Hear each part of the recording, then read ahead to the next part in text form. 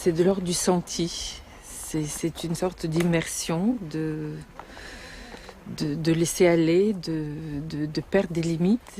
Et il y a un moment où on ne pense à rien. C'est le vide, un peu une sorte de yoga. Et puis de temps en temps, il y a un mot qui apparaît, mais c'est une hygiène aussi. Il faut, je crois, se débarrasser un peu de la pesanteur de la culture pour que quelque chose de nouveau et éventuellement d'original apparaisse. Je crois que cette immersion dans les bois, dans les oiseaux, dans les eaux. On va jusqu'où? Non, on va circuler un peu toutes ces zones.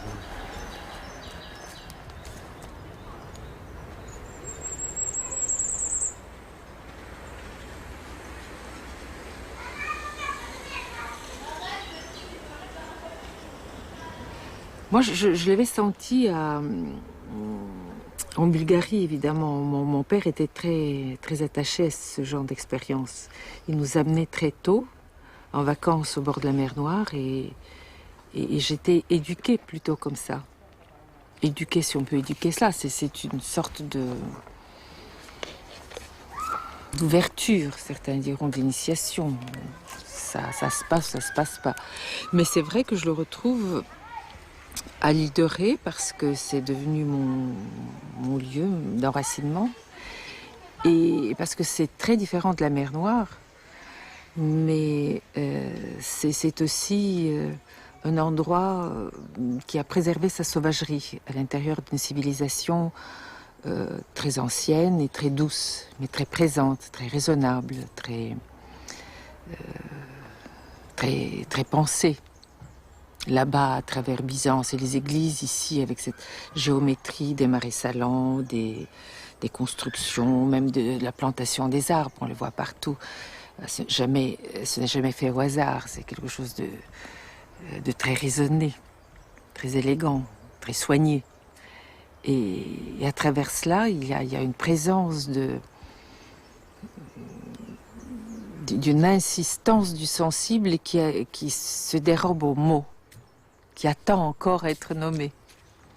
Bon, ça, c'est un fantasme sans doute d'intellectuel cette fois-ci, mais pour moi, il y a ça, à la fois la perte de tout le bagage culturel et en même temps l'appel à en trouver une autre signification, partage, etc. Mais tout ça dans un état presque de somnolence. Ce que vous me faites nommer là me fait penser plutôt à des moments de la nuit où je me réveille sans être vraiment réveillée, où j'essaye d'écrire mes romans en brouillon. Ce sont des états comme ça entre éveil et sommeil. Et la nature me plonge dans ces attitudes-là, comme le voyage d'ailleurs.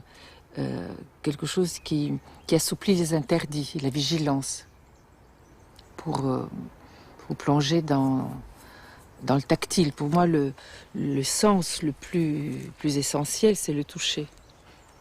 Et je pense que tous les autres sont des touchés. Touchés par les sons, touchés par les goûts, touchés par la lumière, de bord à bord avec ce qui nous entoure.